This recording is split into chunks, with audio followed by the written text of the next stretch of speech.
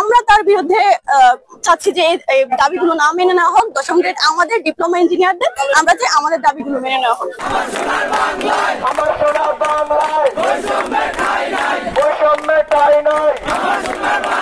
Basic ইঞ্জিনিয়ারদের 3 দফা অযৌক্তিক যে দফাগুলো আছে সেগুলোর বিরুদ্ধে, এবং তারা চাচ্ছে আমাদের দশম গ্রেড ছিনিয়ে নেওয়ার। আপনারা বিগত দিনগুলোতে জানেন যে আমরা পূর্বেও এই বিষয়ে আন্দোলন করছি, তবে আমরা যথানুরূপ ফলাফল এখনো পাইনি। ফলাফল পাওয়ার আশায় আমরা এখনো কাজ করতেছি, কিন্তু তার মাঝে তারা তিন দফা দাবি যেগুলো অযৌক্তিক, সে দাবি নিয়ে তারা মাঠে আছে।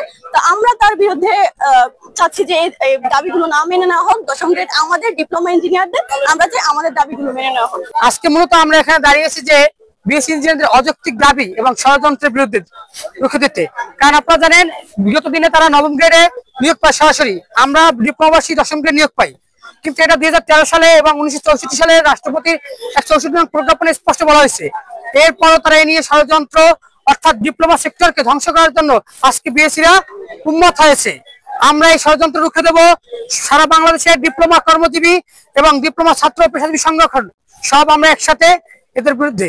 আমাদের 78 এবং 94 জিও অনুযায়ী 4 বছর মেয়াদী ডিপ্লোমা ইন ইঞ্জিনিয়ারিং দের দশম গ্রেড দেওয়ার কথা থাকলো, এখনো পর্যন্ত ডিপ্লোমা ইন সার্ভিং ইঞ্জিনিয়ারদের দশম গ্রেড বাস্তবায়ন হয়নি। তারই পরিপ্রেক্ষিতে অর্থ মন্ত্রণালয়, আমাদের শিক্ষা মন্ত্রণালয় কর্তৃক যেই চিঠি পাঠানো হয়েছে, তারই পরিপ্রেক্ষিতে এখনো পর্যন্ত আমাদের কোনো পদক্ষেপ আমরা তার দেখতে পাচ্ছি না।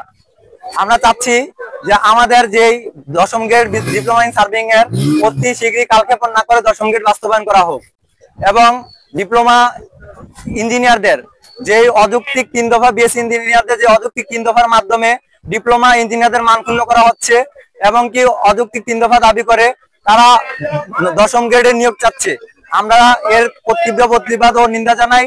এবং ডিপ্লোমা ইঞ্জিনিয়ারদের মান ক্ষুণ্ণ করার প্রতিবাদে আজকে আমাদের এই বিক্ষোভ মিছিল ও মানববন্ধন পালন করেছি।